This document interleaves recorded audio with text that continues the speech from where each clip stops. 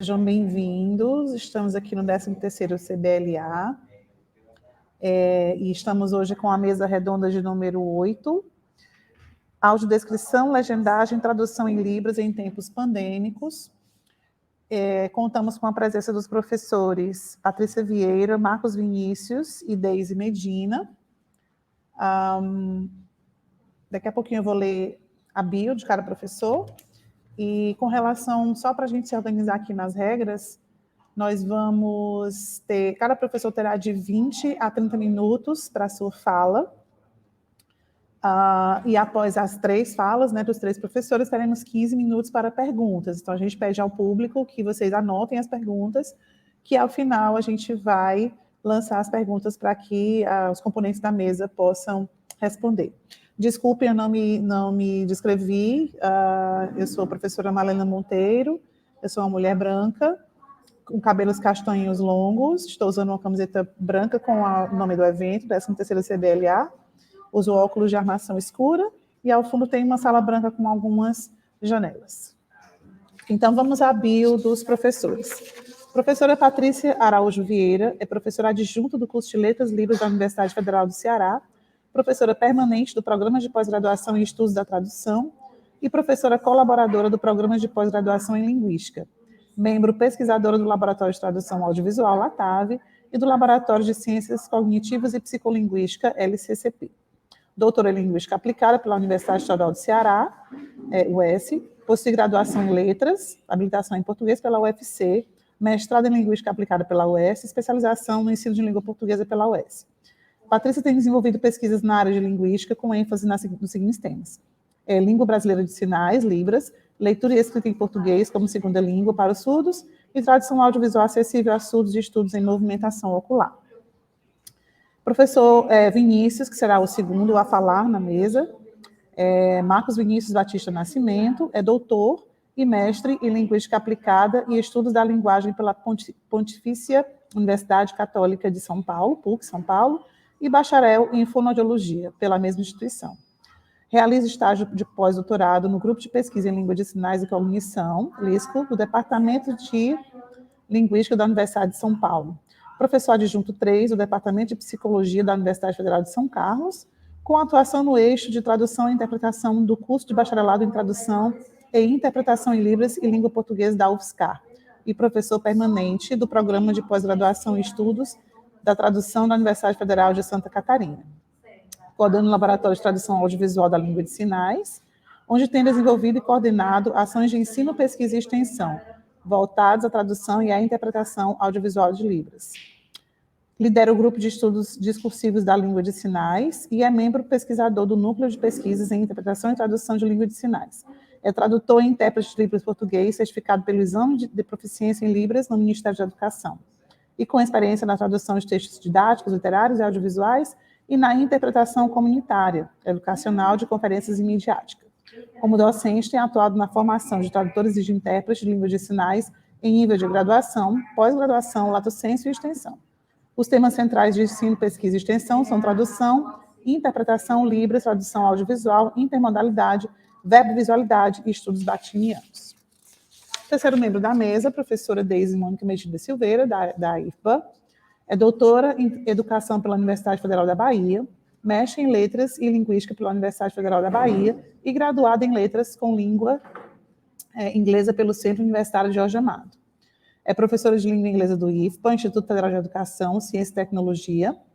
É líder do Grupo de Pesquisa em Estudos Linguísticos, Tradução e Acessibilidade, o LINTRA, do IFPA. Suas áreas de interesse são estudos da tradução, semiótica social e multimodalidade, tradução audiovisual e acessibilidade. Suas pesquisas se concentram nas áreas de audiodescrição de imagens estáticas e LSE, legendas para surdos e ensurdecidos. Atua como audiodescritora e legendista desde 2008.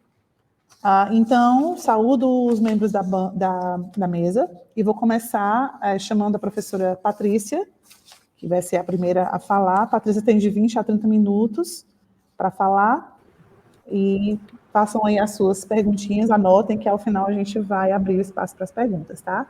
Bem-vinda, Patrícia. Obrigada, professora Malena. Vocês estão me ouvindo? Está ouvindo, Grazi?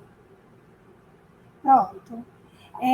Meu nome, como a professora Malena falou, Patrícia, eu sou uma mulher morena clara, eu estou com o cabelo preso, né, escovados e presos, estou usando um óculos de acetato vermelho, um batom da cor nude, estou com brincos bem pequenos de pérola e um colar de pérola, uma blusa da cor vinho, e estou numa sala que é a Secretaria de Acessibilidade da UFC, por isso atrás de mim nós temos janelas, computadores, uma lousa, tá?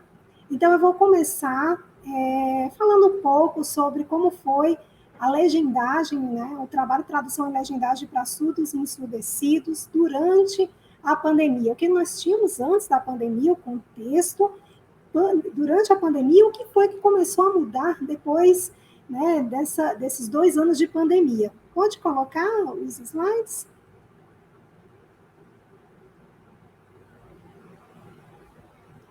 Tudo bem, pode. Eu não sei se eu consigo passar, consigo.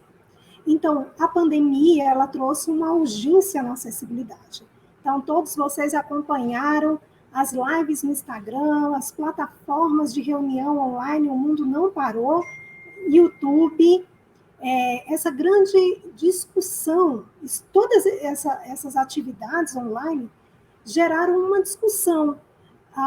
Será que elas são realmente acessíveis às pessoas com deficiência sensorial? E aqui eu incluo o público surdo e ensurdecido. E aí eu queria trazer para vocês um artigo que foi indicado a mim pelo professor Vinícius, que está aqui nessa mesa, um artigo que me fez refletir sobre o que é acessibilidade de fato e o que é acessível. Né? E aí ele traz a questão, esse artigo de 2018, como se fosse uma fórmula. O direito de acesso a X ou o direito a X. Ele traz esse exemplo para a gente entender melhor o que seria a acessibilidade. Então, antes nós tínhamos o planejamento do tráfego de veículos, e esse planejamento era o centro. Então, você planejava primeiro o tráfego de veículos, e depois, aliás, já entrou com uma palavra aí, eu errei, tráfego de veículos, e depois é que você planejava questões de acessibilidade, tá? E aí, hoje, o que nós temos que pensar? Na locomoção como o centro, tá? Então, a acessibilidade se tornou o centro.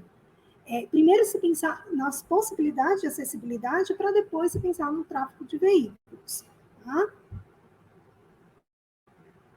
E ele também, em relação às 3 modalidades de tradução audiovisual acessível, ele fala o quê? Que a legendagem, a audiodescrição e a dublagem, e aqui eu também posso incluir a tradução em língua de sinais, mas o professor Vinícius vai falar isso com muito mais segurança, não fazem parte integrante do processo de produção de um produto audiovisual, visto que muitas vezes são deixados a cargo na fase de distribuição com 2 consequências principais. Ou seja, primeiro se pensa num produto audiovisual, em como vai acontecer, e depois se distribui para a equipe que torna acessível. E aí surgem as questões, nós estamos realmente possibilitando conforto aos espectadores surdos e ensurdecidos ou não? Tá? Então, essa é a grande questão. Será que nós estamos buscando acessibilidade a partir das tecnologias e dos nossos tradutores audiovisuais? Ou se a gente, até o momento, segue o ritmo, né? Temos uma produção e a gente vai torná-la acessível. E acessível, muitas vezes, não possibilita o conforto para que aquele espectador possa acompanhar aquela produção. Pode passar. Mas sou eu.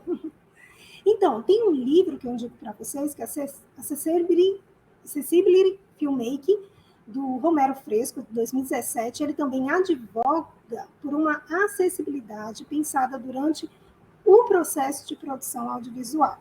Tá? Então, toda a obra dele, ele questiona, no caso, as produções fílmicas, como elas devem começar a pensar desde a sua gênese, desde a sua elaboração, tá? Então, todo roteiro tem que se pensar que a presença da audiodescrição, a legendagem, o uso da tradução em Libras num espaço que não cause ruídos durante a recepção, e sim possibilite uma boa recepção da produção. Então, toda produção ela tem que pensar que o espectador não é só um espectador ouvinte vidente, mas também um espectador com uma deficiência sensorial e que aprecia também a obra audiovisual.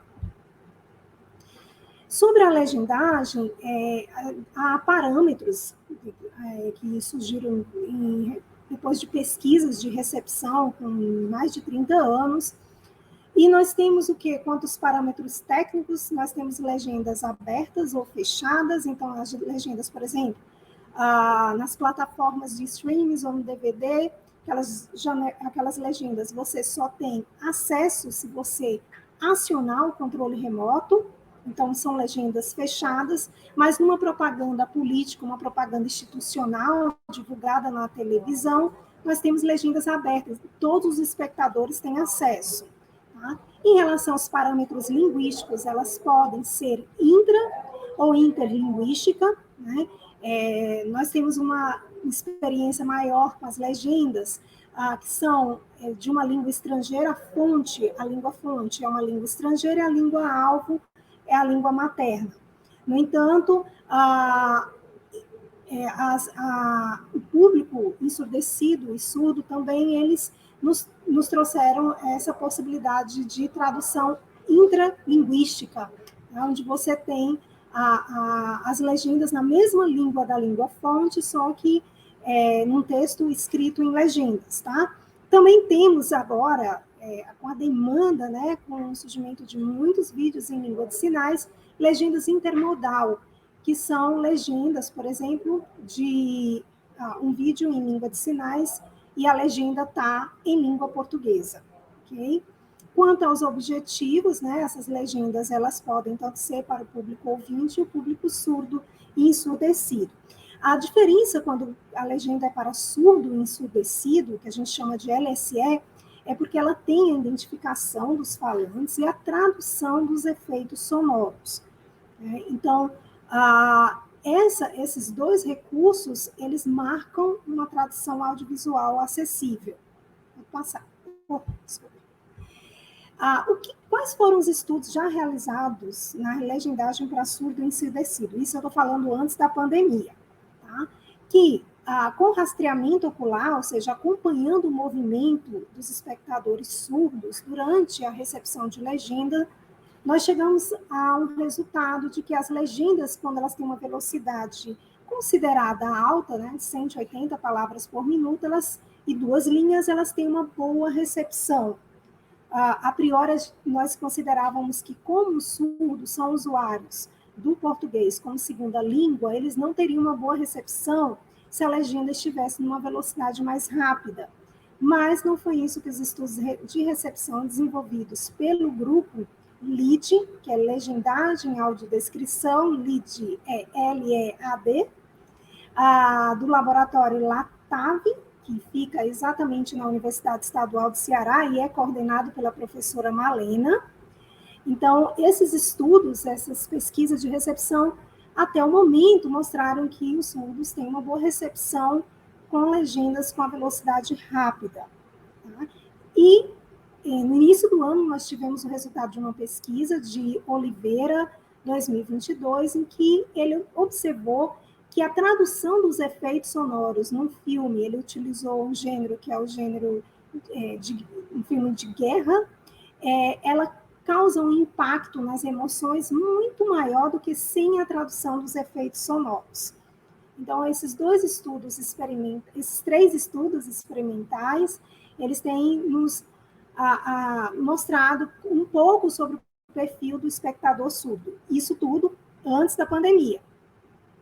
E quando começou a pandemia, mais ou menos em março, que nós começamos a nos isolar, em março de 2020, que iniciaram as discussões, as informações via lá, nós tivemos projetos que desenvolvemos durante esses 2 anos. O primeiro projeto que nos fez entender melhor esse contexto da LSE em situações ao vivo foi o ENAC, que foi um congresso, um encontro nacional de acessibilidade, que aconteceu em 2020. Depois nós trabalhamos no projeto que não nos disseram, e por último o Informa SUS.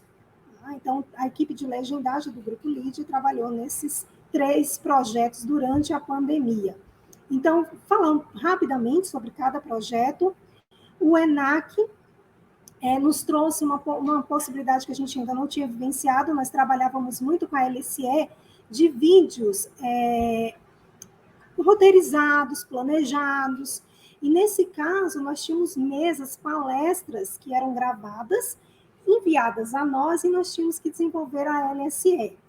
A dificuldade foi tornar uma fala espontânea, com hesitações, com repetições, e um texto em legendas fluido, sem problemas de muitas repetições, muitas pausas, porque todo o input sonoro que os ouvintes têm, os surdos não teriam. Então, em alguns momentos, os palestrantes faziam hesitações, como é comum na fala espontânea, que era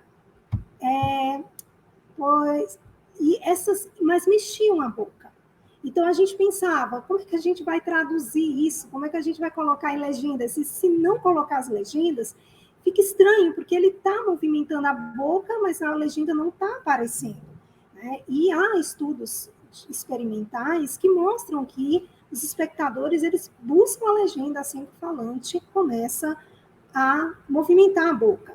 Então, nesse momento, nós começamos a traduzir como um efeito sonoro.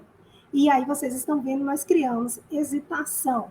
Então, foi uma estratégia que tivemos que criar no momento, e, ao mesmo tempo, tivemos que ter, além do legendista, um revisor. Foi um trabalho bem denso, né? Nesse momento a gente teve que envolver mais de 10 horas, porque o revisor ele tinha que ficar observando se o texto em legendas ele estava bem coeso e bem coerente, porque essa prática ela pode causar um ruído na hora de legendar.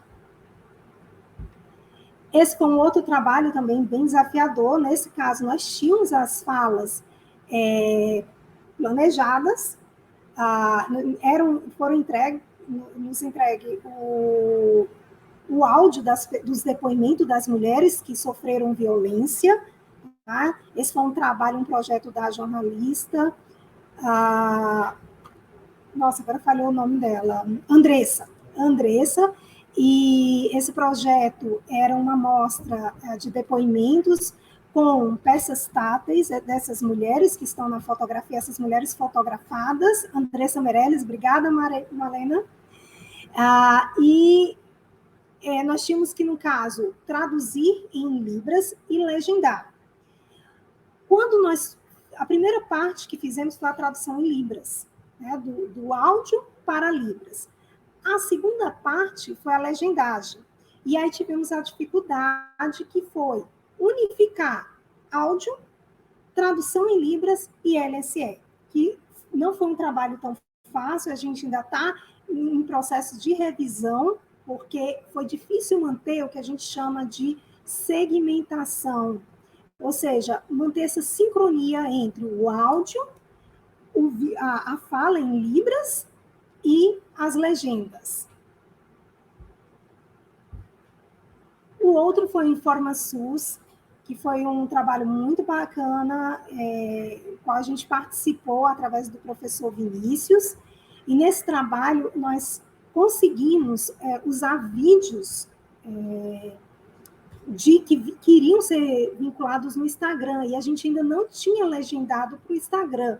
Então, quando a gente usava aqueles parâmetros técnicos já utilizados na legendagem em DVD, em cinema, a gente aqui teve um problema, as telas são reduzidas.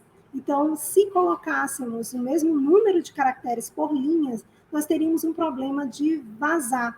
A legenda ia ultrapassar a tela. Então, nós tivemos que ter um cuidado de reduzir, percebemos que 32 caracteres seria o ideal, e também também, quando diminui o número de caracteres, a gente corre um problema de romper o que a gente chama de um sintagma. Ou seja, por exemplo, um bloco linguístico e semântico, um exemplo seria, não vou ter um não no final da primeira linha e o verbo na segunda, ou seja, tem uma negativa no final da primeira linha e uma afirmação pelo verbo no final da segunda. Então, a gente teve também que manter essa segmentação. Então, e aí, como é que está o mundo e as redes sociais? E como é que estão essas tecnologias hoje, né? As tecnologias para legendas em tempo real ainda precisam ser melhoradas. Então, muitas lives, elas são realizadas em condições domésticas. A qualidade da produção das legendas também são baixas, né, porque é um recurso tecnológico que ainda está em desenvolvimento, e eles também não são suficientes para uma recepção confortável aos espectadores surdos e ensurdecidos. E aqui eu queria falar que existem 2 tipos de legendagem. Nós temos a legendagem ao vivo e a legendagem automática. Na legendagem ao vivo, que é comum a gente ver nas televisões, por exemplo, nos programas jornalísticos, eles usam a técnica que eles chamam de refalamento. Tá? Essa técnica, ou também um teclado especial chamado estenógrafo. Então, essa técnica, ela já está sendo utilizada desde 1997, mesmo com as dificuldades, ela está sendo utilizada. Ela também tem problemas de reconhecimento de voz, né? Então, ela reconhece pelo som e algumas vezes confundem. E também legendistas que sejam habilidosos com o estenógrafo, que é um teclado muito rápido. A outra legenda, que agora que a gente está vendo em todas as redes sociais, que é a legendagem automática, ela também utiliza o reconhecimento de fala, só que diferente do refalamento, ela utiliza a inteligência artificial, que é uma tecnologia que reconhece o som. Vocês podem ver isso no YouTube, no Facebook e no Instagram, tá? Existem alguns softwares que você pode comprar e que eles também já estão desenvolvendo, como também tem os gratuitos, por exemplo, o Google Meet, né? O Adobe Premiere, que é pago, ele também tem essa tecnologia de legendar a partir do reconhecimento da voz. Logo no começo, o primeiro grupo a tentar desenvolver a legenda automática foi o Volver Acessibilidade. Eles orientaram as pessoas que poderiam usar 2 aparelhos de celular para, durante a transmissão, as legendas serem exibidas. E aí tinha que fazer... Aqui tem uma imagem um pouco confusa, porque era realmente bem confuso. Você tinha que ter um computador na sua frente, um celular filmando você e outro celular em frente ao que estava te filmando para mostrar as legendas. Era um trabalho complicado e ainda pela distância do falante, ele poderia perder algumas palavras. E aqui eram as dicas, né, que eles davam na página, no Instagram, tá? Que é usar o microfone, pode ser do celular, articular bem as palavras, fazer uma leve pausa e assim vai. Agora desenvolveram um software para as redes sociais, que é o CapCut, que você pode baixar no seu celular e você pega um vídeo e ele já legenda aquele vídeo que você produziu no celular, tá? E ele tem toda a orientação de como você pega o seu vídeo, joga primeiro no CapCut para ele transformar em legendas aquele seu vídeo e depois você coloca no Instagram. O Google Meet também trouxe essa tecnologia de reconhecimento, né, da fala. Então, durante a aula, os participantes eles têm a sua fala descrita. Além do Google Meet, isso foi acontecendo só depois de 1 ano de pandemia. No começo, não tínhamos esse recurso. Tá? O Microsoft Teams também, só que eles chamam lá de legendas dinâmicas. Eles também conseguem um reconhecimento. Tem também um editor de vídeos que é pago, mas é um pouco mais barato do que o Adobe Premiere, que é o Filmora. Então, você também pode jogar o vídeo e ele fazer o reconhecimento e transformar a sua voz em um texto escrito em legendas. Aqui estão minhas referências, tá? E fico disponível para as perguntas. Obrigada.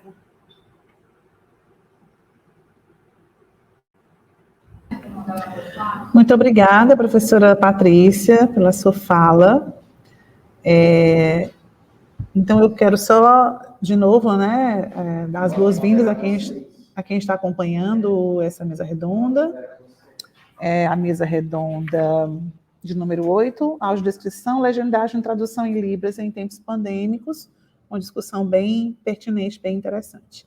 Então, vamos agora ao segundo palestrante, né, professor Vinícius, da UFSCar, e fiquem à vontade aí para anotar as suas questões e, ao final, fazer suas perguntas. Professor Vinícius, fique à vontade.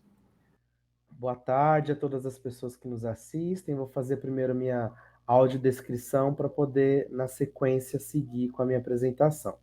Bom, sou um homem negro, uso um cabelo estilo Black Power, um pouquinho mais alto em cima, um pouquinho mais baixo nas laterais, um óculos de acetato quadrado, uma barba não tão grande assim, com bigode, um cavanhaquezinho. Estou com uma camisa amarela de manga curta, com um fone de ouvido. Estou sentado numa cadeira cujo encosto vai mais ou menos até a altura das minhas orelhas. Atrás de mim tem 3 estantes com alguns dos meus livros. E eu estou aqui, então, diante da câmera falando com vocês. É um prazer estar aqui. Quero cumprimentar as colegas da mesa, a professora Patrícia, a professora Deise, agradecer a equipe do CBLA por esse convite. Quero cumprimentar os intérpretes também, Graziele e Eugenilson, é isso? Josenilson, desculpa. Cumprimentar, desejar um bom trabalho de interpretação para vocês e dizer que é uma honra estar aqui nessa mesa, conversando sobre esse tema tão importante que é o da acessibilidade, que foi impactado e alterado na pandemia, como muito bem apresentou a professora Patrícia na sua fala inicial. Queria pedir para colocar o meu slide, por favor. Eu fiquei encarregado, então, de apresentar um pouco sobre os novos desafios para tradutores e intérpretes de Libras português no cenário pós-pandêmico, né? Então, o meu objetivo vai ser, nessa apresentação, contribuir um pouquinho com os aspectos da atuação do tradutor e intérprete de Libras língua portuguesa. Vou fazer uma breve retomada histórica para poder chegar na ruptura da normalidade de 2020 com a pandemia, para daí apresentar as novas realidades, os novos desafios, o que aprendemos nesse período da pandemia, o que ficou desse aprendizado e deixar algumas questões reflexivas em relação a esse novo cenário que se colocou com a pandemia de Covid-19. Bom, primeiro eu queria pensar com vocês que o tradutor e o intérprete de língua de sinais são profissionais da tradução, né? São profissionais que trabalham geralmente, eu vou falar circunscritamente no Brasil, vou falar do tradutor e intérprete da língua brasileira de sinais.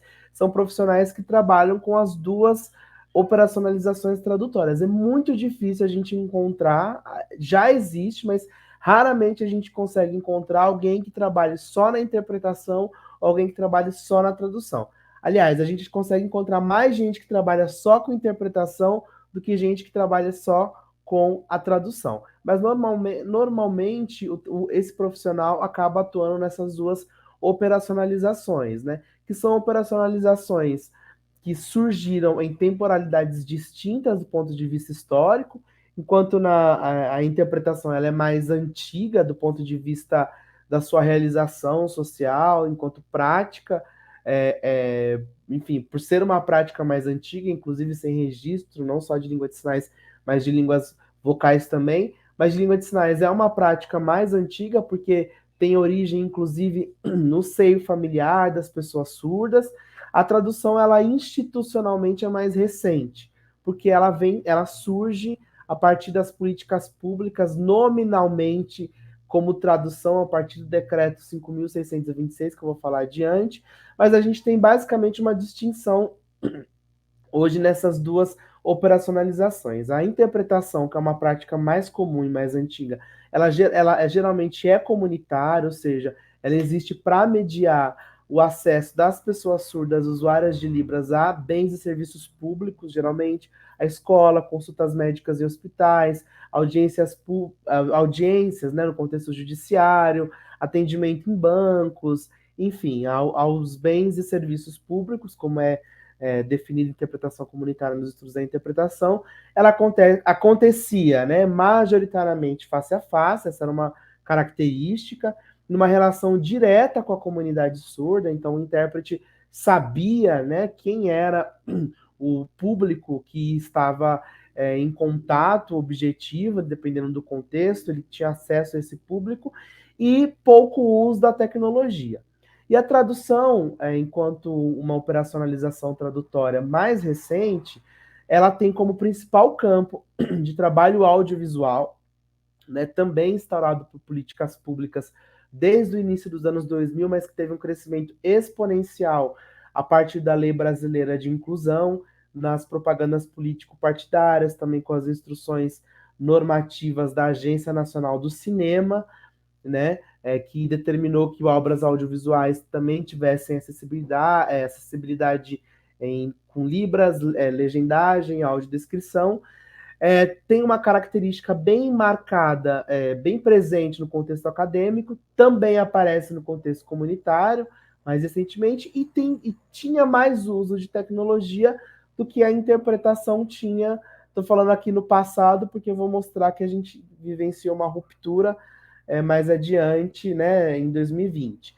E todas essas duas atividades são atravessadas por uma característica muito marcante, que é a intermodalidade. Então, o tradutor e o intérprete de Libras trabalham entre línguas de diferentes modalidades. E aí, modalidade, eu estou chamando aqui as formas como as línguas se realizam do ponto de vista fonético, né? E que tem efeitos na sintaxe, na morfologia, no léxico e no discurso. Enquanto a língua de sinais tem como sistema de produção a gesto-corporalidade e canal de recepção à visão, as línguas vocais têm como sistema de produção a vocalidade, o aparelho fonoarticulatório e a recepção à audição. Então, como eu falei mais anteriormente, do ponto de vista do contexto sociopolítico, a atuação do intérprete se deu mais de uma forma comunitária associativa em familiares de surdos, igrejas, associações de surdos, convivência com surdos, né? Os intérpretes começaram a atuar, muitos deles, inclusive, a partir desses espaços aqui, majoritariamente em famílias, igrejas, associações e por meio de convivências com amigos ou pessoas conhecidas, e a tradução um pouco mais de forma mais institucionalizada. Só que a gente viu um crescente, né? Enquanto a interpretação nasce no contexto mais comunitário, ela foi se institucionalizando e aparecendo em cursos de extensão, de graduação e de especialização do ponto de vista formativo. Então, o intérprete ele era formado a partir do contexto comunitário, e aí, com o decorrer do tempo, por meio de políticas públicas, ele passa a ter uma formação mais institucionalizada. Quais políticas públicas? Bom, o Brasil é um país que, do ponto de vista legislativo, não deixa a desejar para nenhum outro país. Nós temos um repertório legislativo muito rico, relacionado ao direito de acesso e direito a, como disse a Patrícia, né, aos bens sociais,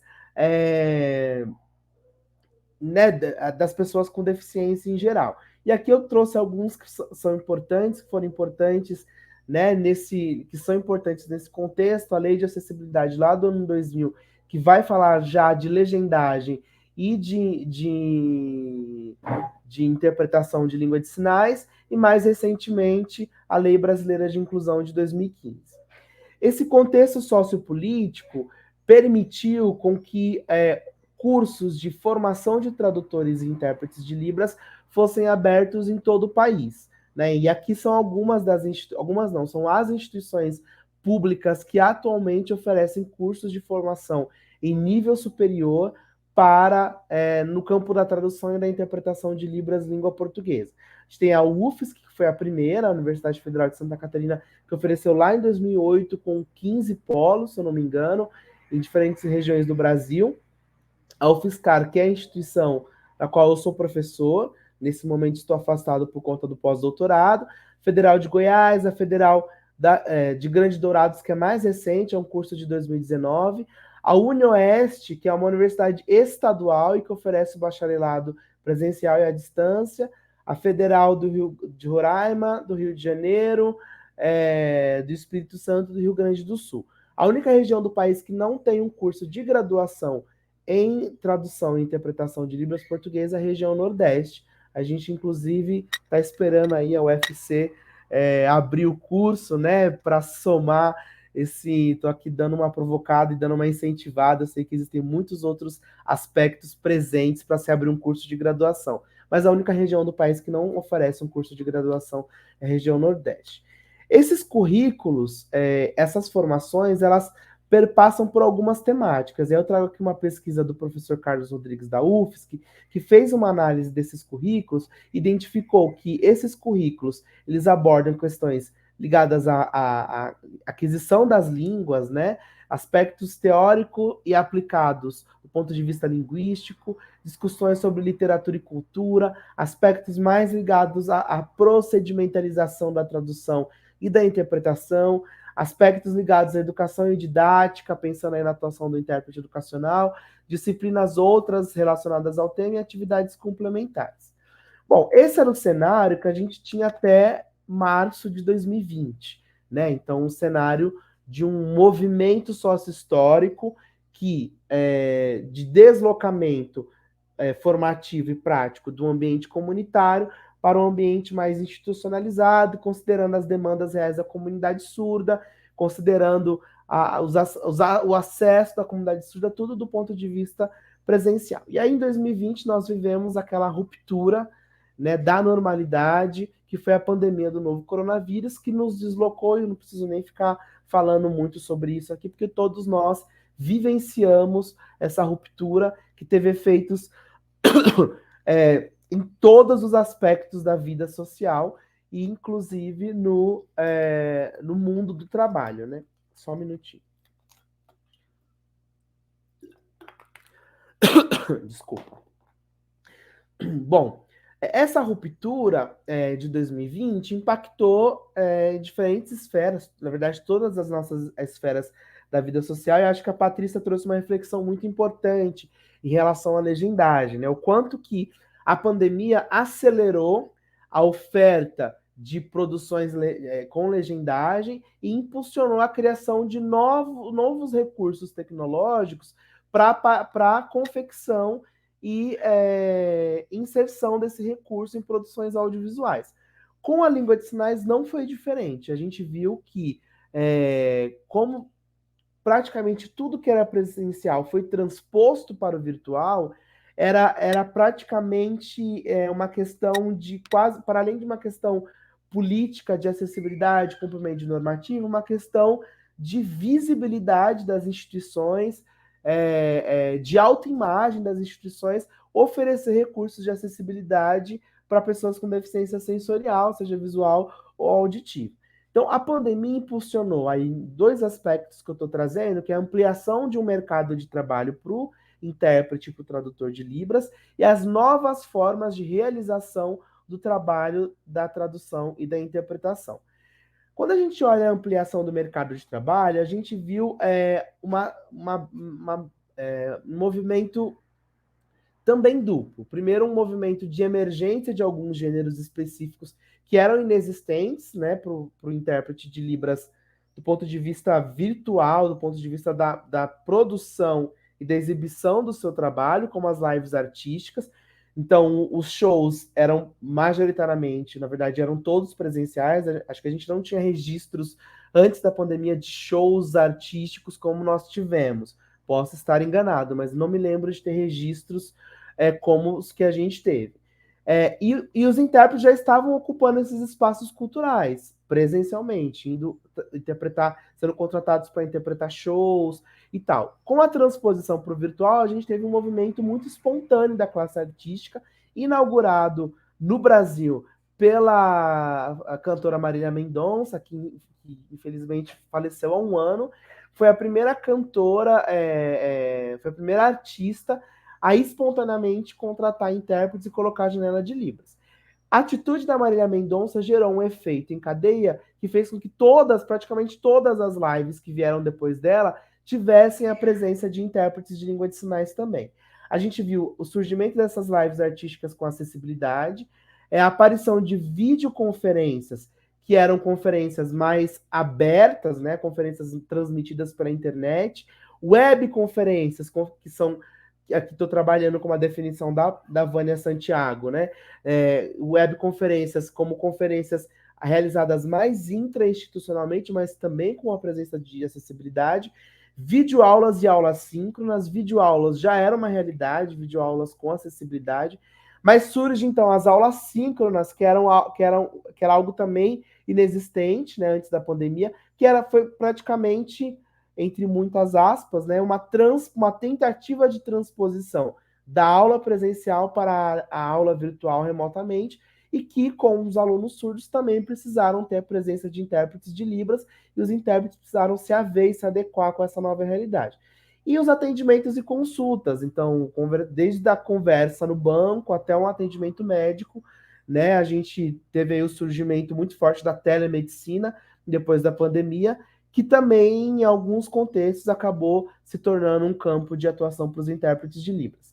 Essas novas esferas de atuação foram permitindo com que formas diferentes de aparição do intérprete de língua de sinais e do tradutor fossem acontecendo. E a gente teve um efeito em cadeia da forma de apresentação da tradução e da interpretação audiovisual da língua de sinais. Aqui eu trouxe algumas imagens de algumas lives, ou seja, então a atuação de intérpretes, né, como lives eram eventos ao vivo, né? Então os intérpretes eram contratados, só que a forma como eles apareciam eram formas muito diferentes. A gente teve uma exploração muito grande do espaço de circulação da língua de sinais, que é a janela de Libras, como um elemento de design da própria peça audiovisual, que era algo muito questionado antes da pandemia. Então, antes da pandemia, era muito comum que tradutores e intérpretes, ao falarem sobre o seu espaço de atuação, muitos de nós falaram, a gente podia fazer de tal... Não, mas desse jeito atrapalha. Era um discurso muito comum. Com a pandemia, a acessibilidade se impôs como um aspecto extremamente urgente e necessário, e as produções audiovisuais tiveram de se haver com essa realidade. E muitas dessas produções encontraram elementos estratégias de design para poder fazer com que a língua de sinais fizesse uma composição com todo daquela obra audiovisual.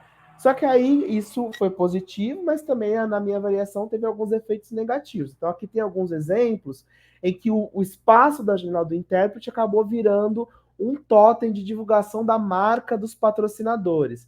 Então aqui tem um exemplo em que a janela do intérprete é uma sequência para o QR Code, né, para o público acessar o link de doação ou de compra de qualquer coisa. E um outro exemplo mais aqui embaixo, que a janela do intérprete de Libras carrega a marca. Então, o intérprete de língua de sinais, nesse caso, é praticamente um propagandista. E aí, quem anda nos grandes centros da cidade costuma ver, eu brinco que costuma ver uma coisificação do ser humano, uma das coisas mais terríveis do capitalismo, que é a transformação do ser humano em coisa, em objeto, que é quando, né, aquela degradação do ponto de vista do trabalho, não o trabalho em si, mas a necessidade faz com que seres humanos se coloquem nessa posição de objeto, em que o ser humano vira uma placa e distribui papel como se fosse uma placa. Eu acho que isso é muito parecido, porque o intérprete de língua de sinais vira uma placa do patrocinador, sem ganhar a devida porcentagem desse patrocínio, diga-se de passagem. Estou fazendo uma reflexão bem crítica aqui, bem provocativa, do que virou a janela de Libras do ponto de vista estético na pandemia. Bom, e aí o outro impacto que a pandemia trouxe para o trabalho dos intérpretes de língua de sinais foram as novas formas de realização do trabalho, né? Que aí foi de modo remoto, e que todos nós fomos afetados, intérpretes e não, ou não intérpretes, mas que os intérpretes precisaram se haver com uma estrutura diferente do que estavam acostumados, com interações diferenciadas e com uma execução, com uma realização do trabalho também do ponto de vista diferente. Então, recentemente, a gente fez algumas publicações, uma delas fruto do nosso trabalho também no InformaSUS, que a Patrícia citou, que foi um projeto que surgiu na UFSCar durante a pandemia, que foi uma plataforma de publicação de informações para a população contra o negacionismo, contra as fake news sobre a pandemia, uma plataforma de divulgação de informações científicas, e aí nós criamos um projeto de acessibilizar para Libras os conteúdos que estavam ali, acabou virando espaço de estágio para os alunos do nosso curso, foi um projeto muito profícuo, deu muitos resultados, muitos produtos, e um deles foi a publicação de um artigo. E mais recentemente publiquei com o professor Tiago Coimbra Nogueira, da Federal do Rio Grande do Sul, um artigo em que a gente analisa um pouquinho como que foi essa adaptação durante a pandemia, que é um pouco que são os materiais que eu vou usar para embasar um pouco minha fala a partir de agora.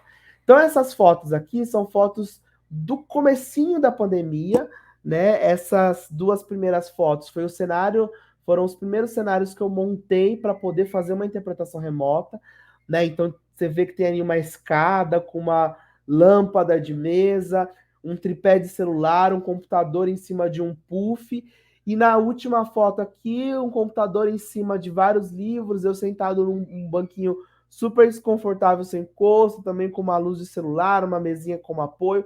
Então, no início, os intérpretes de língua de sinais não tinham muito essa estrutura. E por que não tinham? Porque o trabalho com o audiovisual de muitos dos intérpretes de língua de sinais, diga-se de passagem, não de todos, porque muitos dos profissionais já estavam se adaptando a uma realidade tecnológica da demanda da tradução audiovisual, muitos dos profissionais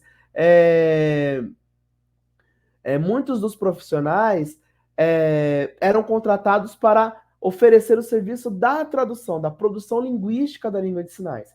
E o local de oferta de gravação era um estúdio contratado pela empresa, pela produtora. Então, os intérpretes ou os tradutores, eles eram contratados, eles iam até uma produtora específica, gravavam a língua de sinais ali, terminavam o serviço e iam para casa. Então, eles ofereciam o serviço, a produção linguística. Com a pandemia, o estúdio que era o local onde o intérprete ia, precisou vir até ele.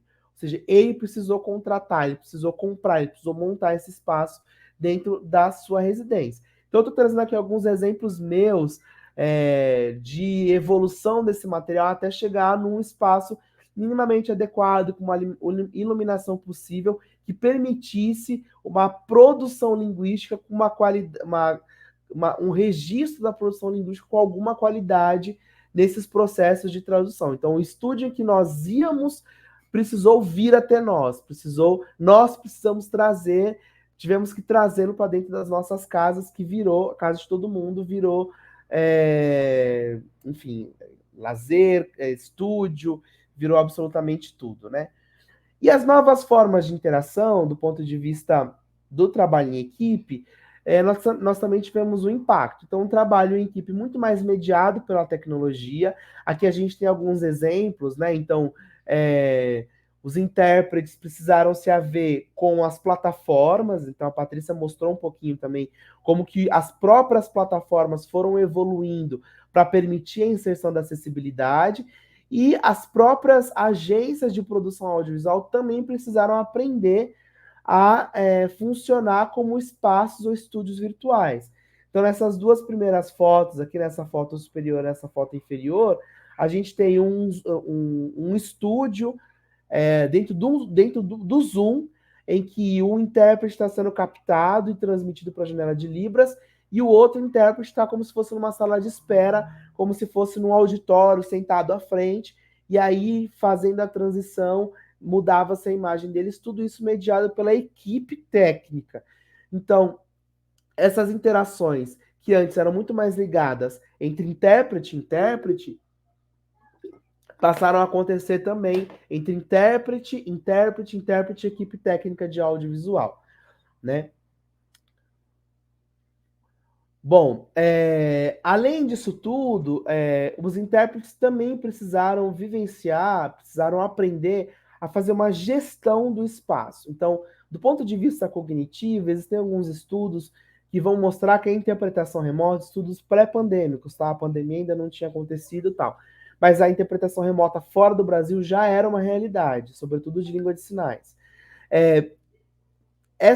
Que a interpretação remota ela causa um desgaste cognitivo maior, porque o intérprete precisa equilibrar a necessidade de transpor essa informação do ponto de vista tradutório, mais a atenção a outros aspectos, como, por exemplo, a manutenção da conexão, manutenção da estrutura, manutenção da iluminação, gerando um estresse e um cansaço maior do ponto de vista cognitivo, né? Então, tem um estudo muito interessante nos Estados Unidos que mostra que uma das atividades de interpretação que gera mais cortisol, que é o hormônio do estresse, é a interpretação remota.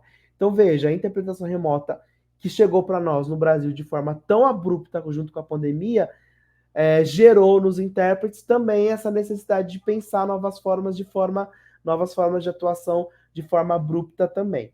Né? Uma necessidade de estabelecer um ambiente controlado, novas formas de atuação, uma inexistência de uma formação para isso. Então, eu mostrei no começo da minha fala uma formação comunitária, de interpretação comunitária com pouco uso de tecnologia, e agora uma interpretação comunitária com muito uso de tecnologia. Então, essa transposição da ausência de tecnologia para muita tecnologia foi algo que impactou também. Uma interpretação com maior nível de estresse, novas formas de remuneração e de negociação do trabalho. Então, se antes o intérprete ele ganhava a hora da interpretação, na interpretação remota, precisa quantificar a hora prévia, precisa quantificar a hora extra, precisa quantificar outros aspectos, precificar, para poder colocar no orçamento, para poder negociar com esse contratante, né? Teve alguns, isso gerou alguns outros desafios, né? Como dependendo da operacionalização, o trabalho prévio com texto, então o acesso a esse PowerPoint, se for numa interpretação, esse material de tradução audiovisual que precisa ser estudado antes, que antes da pandemia já acontecia, mas que na pandemia se intensificou porque as coisas começaram a ser exigidas a toque de caixa. Então, os materiais acessíveis precisavam sair rapidamente e os intérpretes passaram a ser procurados de forma muito rápida, exigindo uma produção muito rápida também.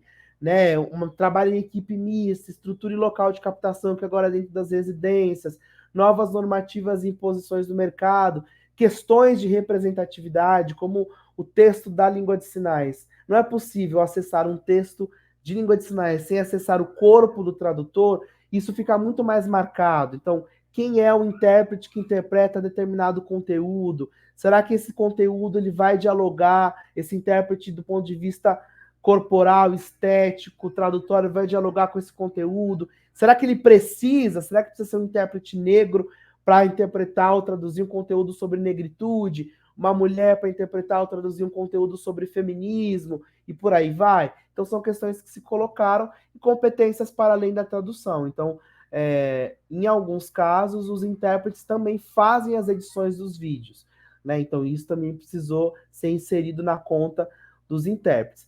E impactos objetivos na formação dos profissionais. Então, durante a pandemia, eu atuei como professor lá no curso de graduação da UFSCar e nós tivemos que nos adequar a essa realidade.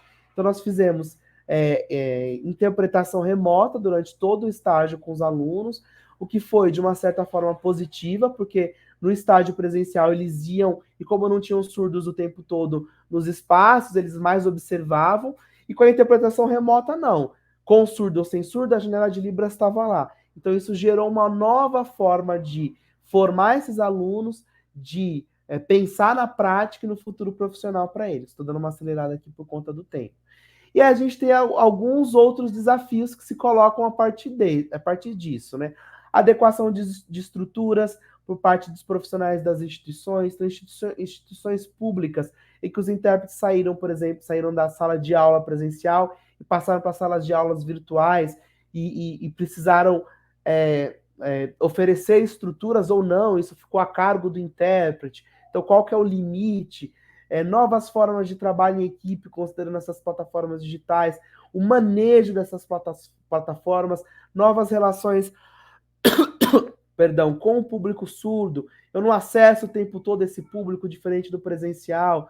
O intérprete, em algumas situações, como orientador das melhores formas de atuação. Então, às vezes, o intérprete que tem que dizer como que vai fazer esse revezamento, o intérprete que tem que dizer qual que é o tamanho da janela, o intérprete que tem uma função aí praticamente de educar esse cliente, formas de exibição da língua de sinais da janela de Libras, a janela de Libras como elemento estético, negociação do trabalho, a importância da articulação política das associações e dos intérpretes, enfim, por aí vai. E aí, para fechar minha fala, eu trago mais questões, né? Para a gente pensar de que modo os intérpretes estão lidando com essa realidade herdada pela pandemia. Né? Acho que são perguntas para pesquisa, né? Para novas pesquisas. Como as instituições estão se adaptando a fim de oferecer aos intérpretes condições de trabalho para a execução das suas atividades? Como os cursos de graduação estão lidando com as mudanças nesse trabalho? Como estão incorporando isso aos currículos? Né? Estamos nos adequando a essa realidade de trabalho impostas por esse novo normal que se colocou? Como se considerar os feedbacks da comunidade surda nesses novos contextos? Então, no meu pós-doutorado, nesse momento, na USP, eu estou fazendo uma pesquisa em que eu estou olhando para 3 gêneros, né? O gênero live artística, musical, videoaula e conferência, fazendo autoconfrontação com intérpretes que atuaram na pandemia para a gente tentar mapear elementos que são característicos da mudança do gênero imposto pela pandemia. Então, são trabalhos que serão publicados mais adiante, mas eu acho que a gente tem muita coisa para pensar, muita coisa para estudar, sobretudo porque a tradução e interpretação audiovisual da língua de sinais é um tema extremamente recente, tem pouquíssimas pessoas estudando no Brasil, e eu acho que a pandemia impulsionou e potencializou ainda mais essas reflexões e essas demandas que já se colocavam, mas que se intensificaram que foram aceleradas com a pandemia. Bom, essas daqui são as minhas referências. Aqui o meu e-mail, para quem tiver dúvida, quiser entrar em contato comigo, e fico disponível para as perguntas. Muito obrigado.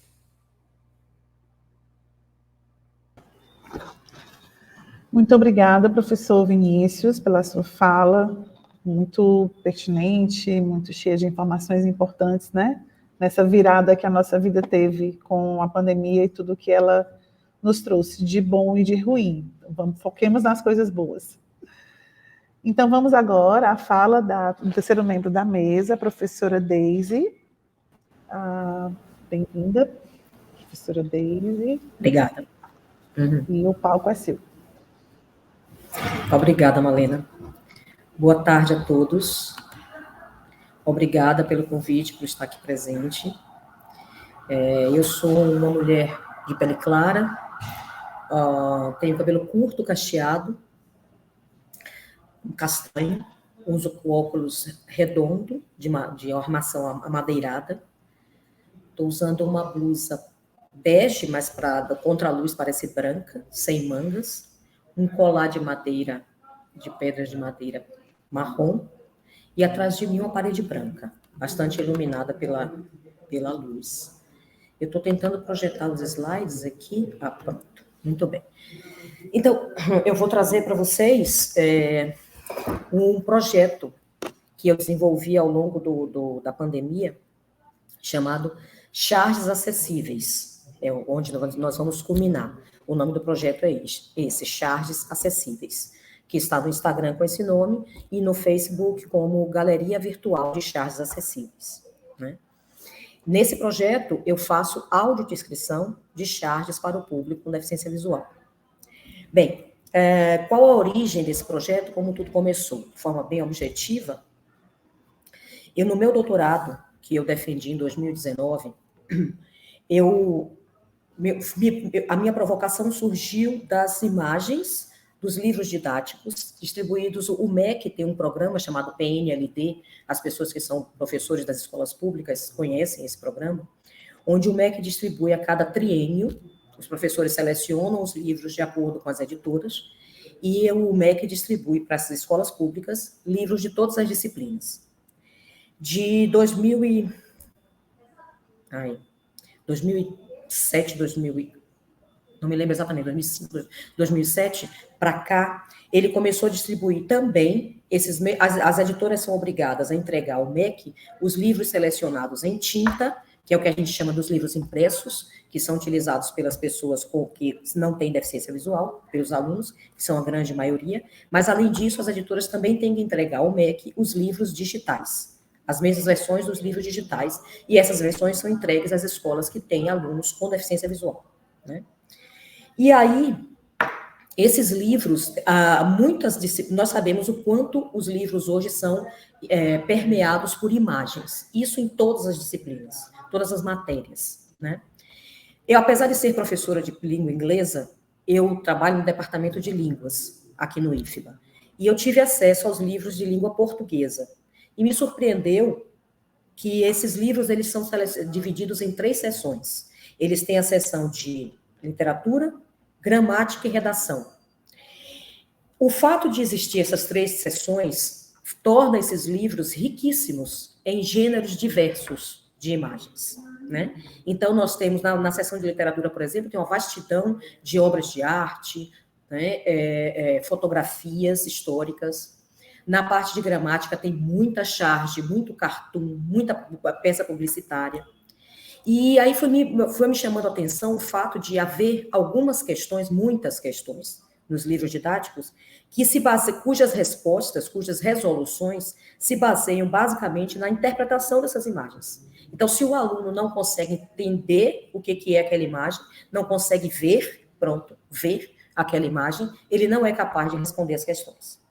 Isso me inquietou bastante, porque eu queria saber como que esses alunos cegos das escolas públicas, a quem chega os livros com audiodescrição, os livros digitais, que qualidade de audiodescrição chegava para eles, para que eles pudessem, assim como os alunos videntes, reconhecer, montar essa imagem mental e poder, então, resolver as questões. Então, eu foquei nas imagens que eram chave para a resolução de questões. Começou daí, tá? Então, porque vocês sabem, né, nas pesquisas, quando a gente começa a fazer um mestrado ou um doutorado, tudo que a gente precisa é começar a fechar o nosso objeto de estudo, porque não dá conta da gente estudar muito, de ampliar bastante.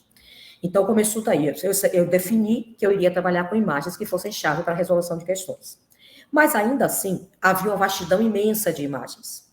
Como eu disse, obras de arte, fotografias, peças publicitárias, cartoons, charges, tirinhas, etc. Então, eu comecei a ter que fechar. Como eu sou uma aficionada por cartoons, por quadrinhos, de uma forma geral, eu decidi trabalhar com cartoons. Mas, ainda assim, não dava para trabalhar com tirinha, com história em quadrinhos, porque algumas tinham páginas inteiras de história em quadrinhos, cartoons e charges. Eu selecionei cartoons e charges. Pronto. Então, minha tese de doutorado se baseia na audiodescrição, o objeto são cartoons e charges de uma determinada série de livros de português, né?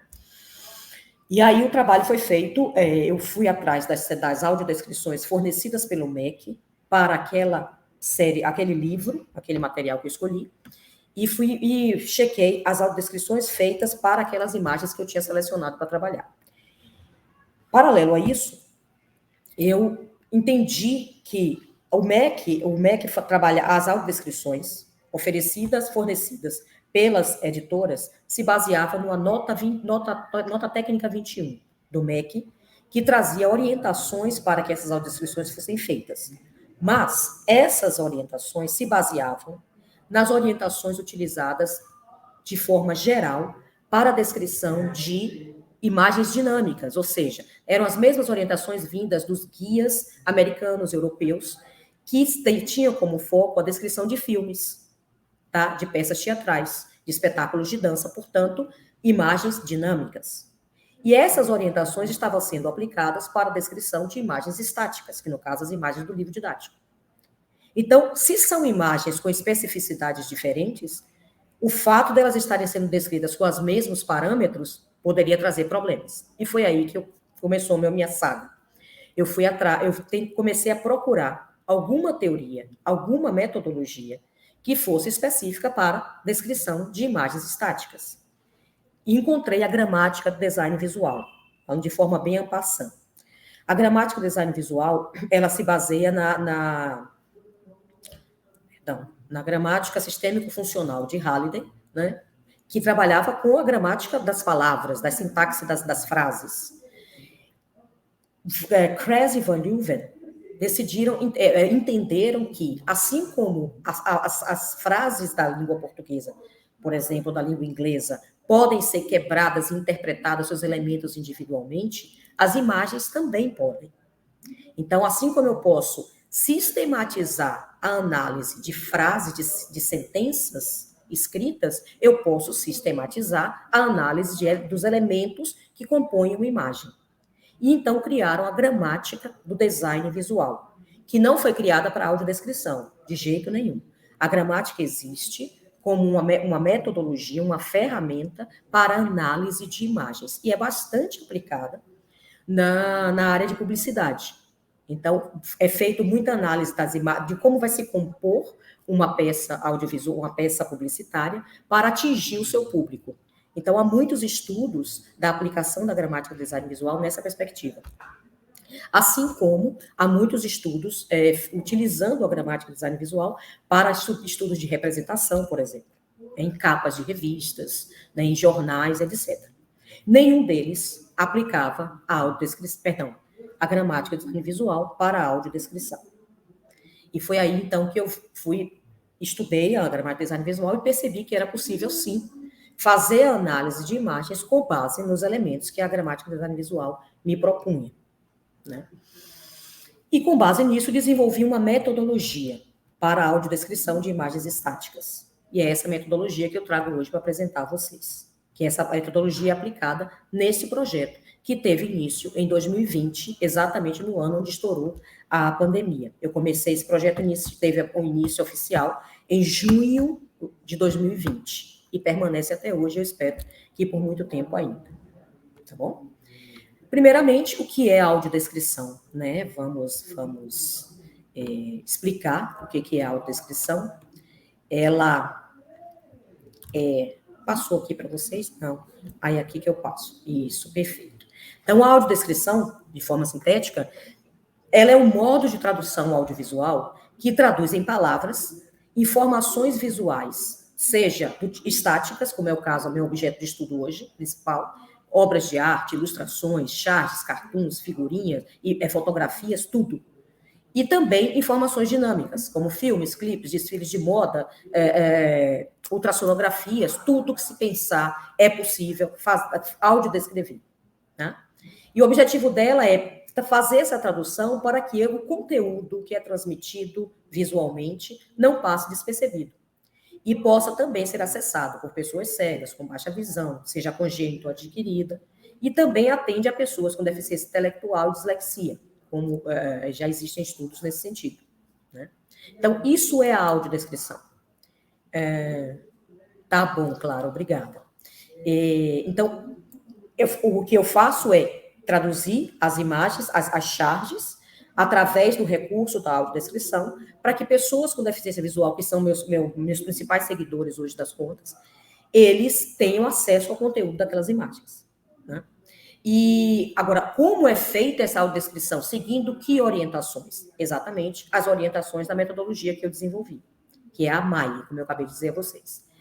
Que elementos precisam estar presentes na audiodescrição para que ela seja inteligível, para que ela favoreça a construção da imagem mental? é preciso que eu diga o que e quem está sendo representado naquela imagem. Essas coisas ou pessoas estão fazendo o quê? E de que forma? Né? E onde elas estão? E a partir de que perspectiva elas são vistas? Então, esses elementos precisam estar presentes na audiodescrição. Isso, audiodescrição, qualquer que seja, de qualquer elemento, qualquer coisa que a gente for fazer audiodescrição, essas informações têm que estar presentes, né? E aí, o meu achado principal, eu vou passar pelos próximos slides rápido, não cabe, já falei da gramática do design visual, então o que eu vou sintetizar para vocês é o seguinte. Vou chegar onde eu queria basicamente, aqui. A gramática do design visual, ela se forma, toda a orientação dela é fazer a análise das imagens a partir dos elementos representacionais, ou seja, o que está representado na imagem, o que está acontecendo ali, de que forma essa imagem se relaciona com o observador. Então, porque nenhuma imagem é inocente. Quando alguém cria uma imagem, ele tem um objetivo. Ele estabelece como essa imagem vai se relacionar com quem a observa para atingir seu objetivo. Né? Então, o que tem na imagem? O que está acontecendo lá? É a primeira função. Depois, de que forma essa imagem se relaciona com o observador? E depois, por último, como essa imagem é composta? Que elementos tem ali? Essa é a orientação da gramática. Do jeito que ela é oferecida, do jeito que ela é apresentada. Porém, com a minha experiência com o público com deficiência visual, que já vinha de muitos anos, porque eu já fazia parte de um grupo de pesquisa, o Tramad, aqui da UFBA, que eu já fazia parte dele há 11 anos, quando eu entrei nesse processo, então eu já entendia que para o público com deficiência visual, saber onde os elementos estão é essencial, ou seja, a noção espacial para as pessoas com deficiência visual é de suma importância. Então, o que eu fiz? Eu primeiro preciso dizer onde os elementos estão, para depois dizer como o observador se relaciona com ele, e finalmente dizer o que está acontecendo. Então, eu peguei a gramática do design visual e virei de cabeça para baixo, como vocês podem ver, gerando a Maier. Então, na Maier, eu primeiro utilizo a metafunção composicional, dizendo onde os elementos estão, depois a interacional, como eles se relacionam com o observador, e, finalmente, o que está acontecendo na cena. Então, a Maier é resultado da GDV, da gramática do design visual, de cabeça para baixo. Sinteticamente, é isso. Tá? Como que a Maier se constitui? Ela se constitui através de parâmetros. Então, ela tem, inicialmente, esses 5 primeiros parâmetros que orientam o início da descrição dos cartoons e charges, que são descrever o gênero imagético, seja ele charge, cartoon, fotografia, ilustração, enfim, o que quer que seja. Dizer se a charge é composta por mais de um quadro, e se sim, informar o número de quadros e a forma como eles estão dispostos. Informar a cor do fundo, se ele é branco, se ele é azul, se ele está em degradê, enfim. Informar se a charge é em preto e branco, porque se eu não digo que ela é em preto e branco, então eles vão esperar que eu cite cores do que está acontecendo na charge. Então, se ela é em preto e branco, eu tenho que informar para que eles não fiquem na expectativa, né? Informar o título da charge, caso haja, e o autor ou fonte. Então, eu trouxe 2 exemplos aqui para vocês verem. Esses são 2 exemplos de charge. Não se preocupem com relação a esse símbolozinho da bandeira que está em cima, não. Logo adiante vocês vão entender. Mas eu tenho aí essa primeira charge, né? Que ela é composta, charge em 4 quadros. 2 em cima e 2 embaixo. Os da esquerda têm fundo amarelo. E os da direita, fundo branco. Autor, Nando Mota. Então, eu situo o meu público com deficiência visual sobre a que tipo de imagem eles estão se dirigindo. Como é que as informações estão dispostas. Então, eu dou essa ideia espacial de como as coisas estão aí. Tá? Outro exemplo é essa que está do lado, já é diferente. Né? Ela é formada por um quadro só. Então, eu só digo charge em fundo branco e o autor. Eu não tenho quadros, então é uma descrição mais simples. Tá bom? Em seguida, outros parâmetros da Maier. Depois de dito isso, depois de dito em quantos quadros, como é o fundo situado meu leitor, meu observador, eu vou contextualizar a cena.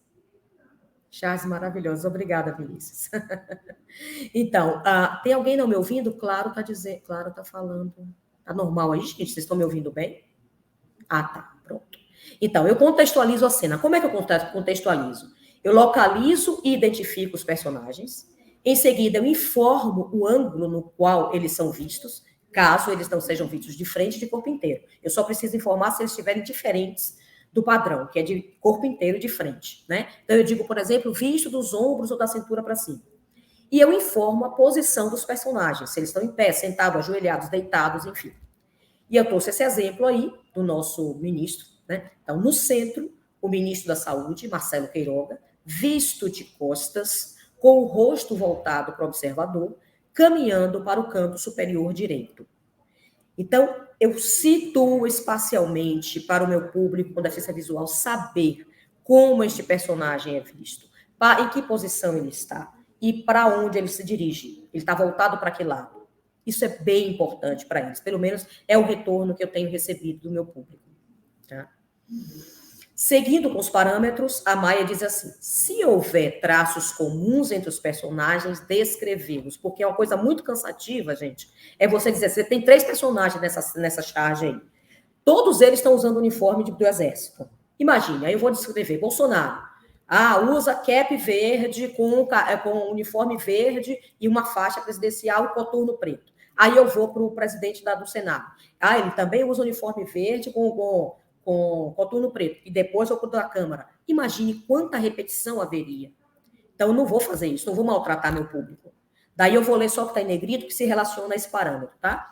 Então, diz assim: todos usam uniforme do Exército Brasileiro, jaqueta verde, com insígnias brancas e amarelas nos ombros e no peito. Sobre camisa e gravata cinzas, cinto preto, calça verde e coturnos pretos. Pronto. O meu público já sabe que todos os personagens estão usando esse mesmo uniforme. Eu não vou cansar ele repetindo e repetindo e repetindo as mesmas informações. Tá bom? Muito bem, sigamos. Outra orientação da Maia. Observar a narrativa para definir a ordem da descrição dos personagens e elementos da imagem. As falas costumam orientar a ordem da descrição. Isso é bem importante quando se trata de cartoons e charts. A gente tem que ler muito bem a imagem antes de fazer a descrição para não entregar o ouro antes de ter descrito tudo. E as falas ajudam muito a gente entender quem está agindo e quem está reagindo, né? Senão a gente se perde.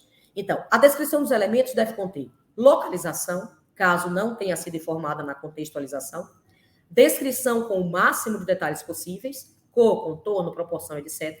E cada novo item descrito precisa ser localizado. Tudo que surge, tem uma bola, a bola está onde? Tá, tem um cachorro, o cachorro está onde? Eu preciso situar o meu público, ele precisa saber espacialmente onde os elementos estão, tá? E aí eu tenho como exemplo aqui essa charge do Jô, quando ele desencarnou, e aí nós temos no centro o apresentador e humorista Jô Soares, voltado para o canto inferior esquerdo, sentado em uma grande nuvem com contornos pretos. Esse é o primeiro elemento descrito, que é o Jô.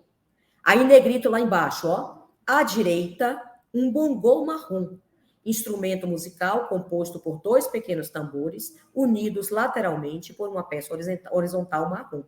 Nessa imagem eu tenho basicamente 3 elementos, que é o Jô, as nuvens e o bongô. Então, para cada elemento novo, eu paro e descrevo. Localizo e descrevo, com os detalhes necessários. Tá bom? Seguindo, mais orientações. A descrição dos personagens deve conter descrição de fenótipo, cor de pele, cabelo, olhos, nariz, etc.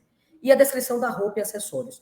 Nós sabemos o quanto é problemático hoje essa questão de descrição do fenótipo, né? Principalmente com relação à cor de pele. Mas não tem jeito, temos que partir da visão padrão, do que a gente consegue enxergar, né? E aí, nessa charge, eu digo o seguinte: no centro do quadro da esquerda, um senhor caminha para a esquerda com um cartaz vertical. Ele, né, o senhor, ele é branco, calvo, com cabelo liso, grisalho na altura do ombro, sobrancelhas grossas e barba longa grisalha. Fenótipo, traçado. Depois do fenótipo entra o acessório.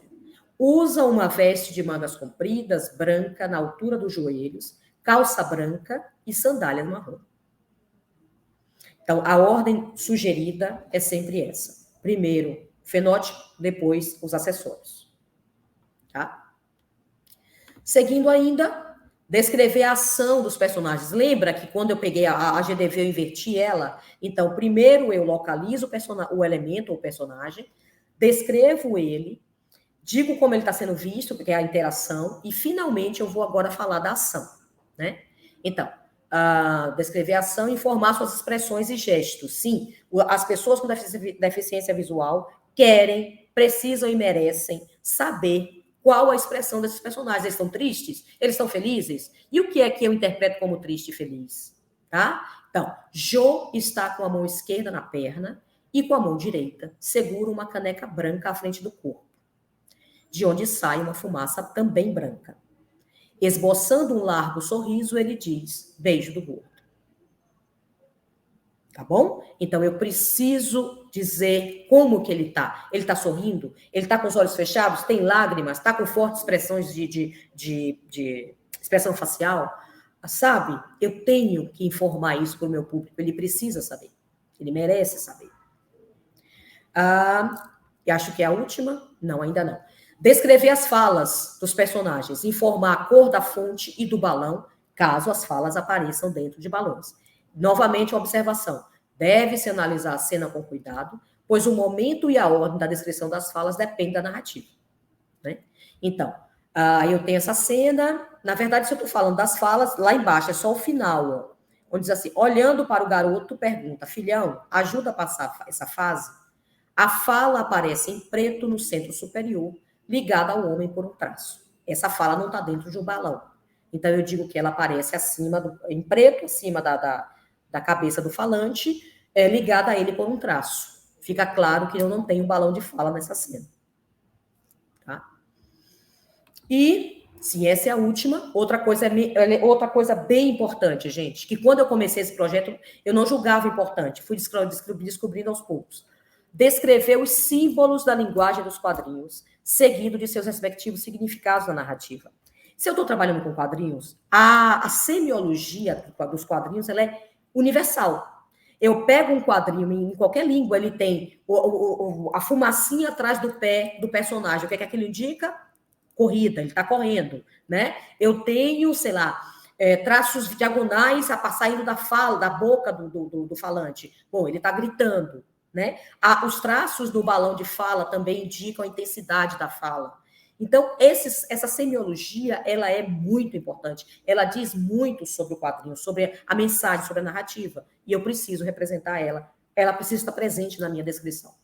Então, diz assim, ó, Zé Gotinha caminha para a direita a passos largos. Linhas circulares, aí começa. Linhas circulares ligam seu pé direito à ponta da seringa, indicando o movimento. Entre ele e a morte, um círculo formado por linhas curvas indica uma pancada. E linhas retas ligam este círculo às costas da morte. Então, além de ter a descrição do Zé Gotinha, que aconteceu antes, porque essa descrição não está completa, e a descrição da morte, eu tenho a descrição dos elementos que completam a narrativa e são elementos específicos dos quadrinhos. Tá bom? Então, esses são os parâmetros da Maia, que tem sido massificamente usada por professores de sociologia, de história, de português. Na verdade, a Maia tem sido usada em cursos de autodescrição. E as charges têm sido usadas nessas disciplinas todas como fonte de informação. E o mais legal, está conseguindo atingir um público enorme. Tanto pessoas que enxergam, pessoas com baixa visão, e curiosos e videntes que querem entender como é que funciona esse processo da descrição de imagens, tá? Esse projeto, essa é o logo do meu projeto, não sei se aqui tem pessoas com deficiência visual, mas o logo é um balão de fala amarelo, com a palavra AD em lilás no centro, sobre audiodescrição em preto e charges no canto esquerdo, canto direito, e também em preto. Abaixo eu tenho o logo do Facebook, com o nome do projeto no Facebook, que é Galeria Virtual de Charges Acessíveis. E à direita eu tenho o logo do Instagram, @chargesacessíveis. Convido todos vocês para visitar o meu projeto. Já temos mais de 800 charges hoje, e é um projeto bem interessante, eu acho que vale muito a pena. Muito bem, vamos seguir. Esse projeto, como é o processo de publicação? Eu seleciono as charges a partir dos chargistas com os quais eu me afino mais. Não são muitos, até porque eu não tenho tempo de descrever tantas assim.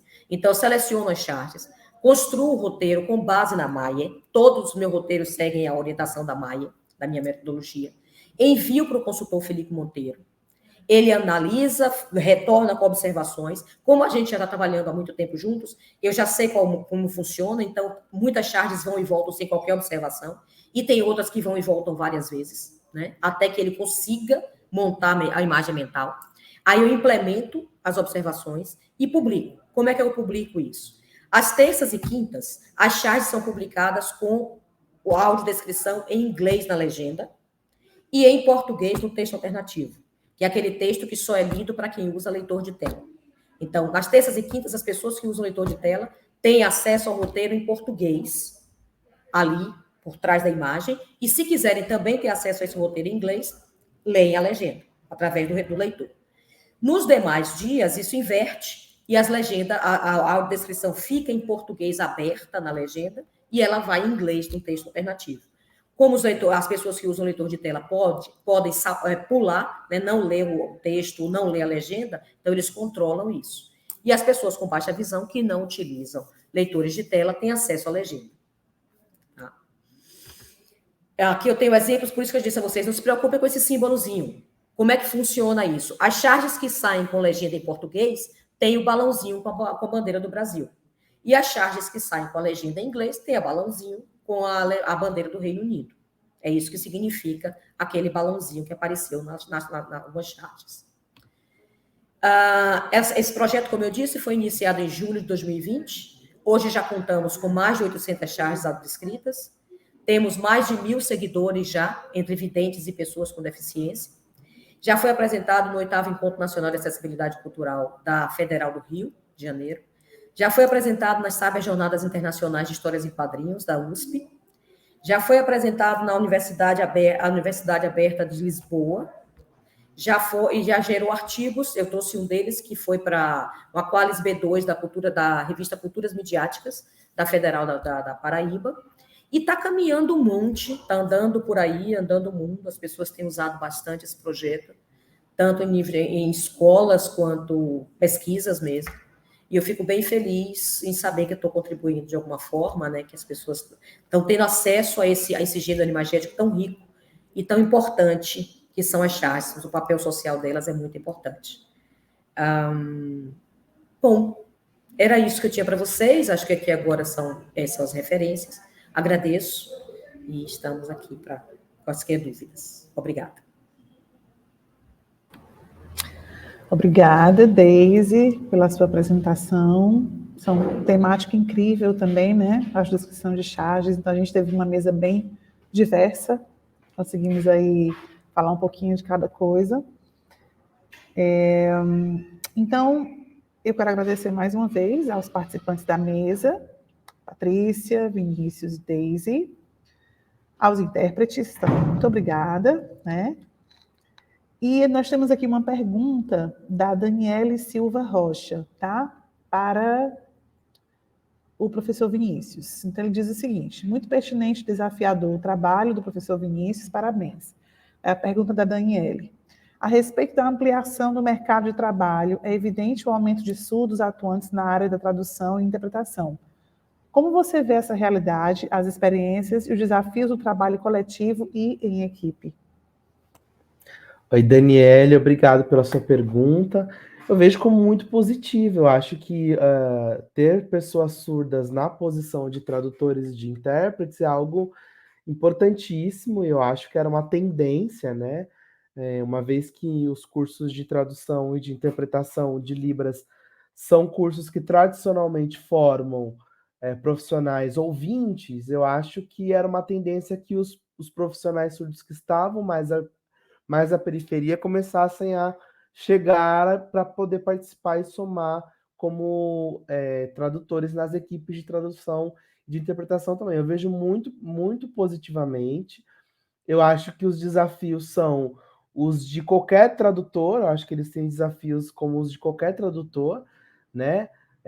O trabalho em equipe também, eu acho que o trabalho em equipe, que a gente costuma dizer que é meio mista, né? O trabalho de equipe mista, num processo de tradução entre surdos e ouvintes, vai envolver ali negociações de falantes de língua, da língua de sinais, que estão localizados subjetiva, discursiva e ideologicamente em lugares distintos. Um é falante, tem a Libras como primeira língua, ou às vezes como segunda, mas está imerso na condição de pessoa surda, e o outro como intérprete, que faz a mediação.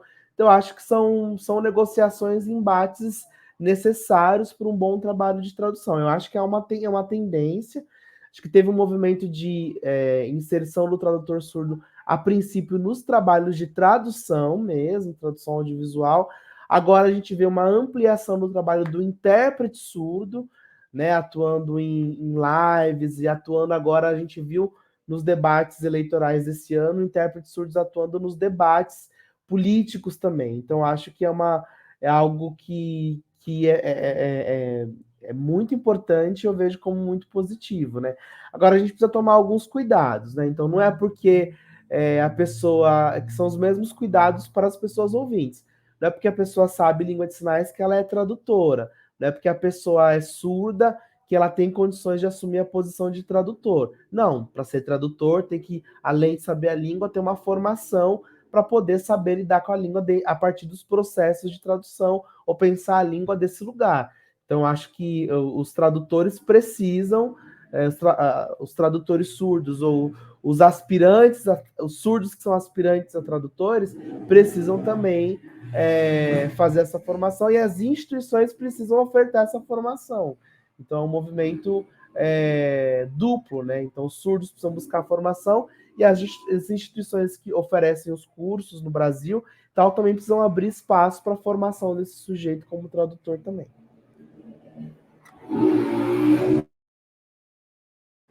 Obrigada, professor Vinícius, pela resposta. Nós temos agora um comentário da Érica Lima, que diz o seguinte: mesa muito necessária, parabéns pelas falas, não conheci o projeto, vou indicar para os meus alunos. Obrigada. A gente que agradece, Érica. Nós temos aqui um comentário da Shirley. Shirley diz o seguinte: professora Patrícia, pena que o MITS não salva nem a Libras nem a legenda para que a acadêmica surda como eu possa fazer a revisão depois. Posso fazer um comentário? Então, Shirley, uma das coisas que a gente precisa com urgência, né? Porque o que a gente tem nas tecnologias ainda é acesso, não acessibilidade. E eu fiquei angustiada uma vez, eu estava dando aula usando o Meet, e tinha um intérprete, e foi gravado, e uma aluna surda, ela não estava presente, ela me pediu a aula para assistir. E ela me avisou que somente eu aparecia, o intérprete não aparecia. E eu não conhecia outras tecnologias de gravar a tela. Estão me ouvindo? Não, né? Desculpa. Não conhecia outras tecnologias de gravação de tela, e então confiei nessa possibilidade, e vi depois que ele nem gravou a legenda e nem gravou a tradução em Libras, né? Então, ele só possibilitou acesso àquele momento e priorizou somente as falas, as conversas em fala oral.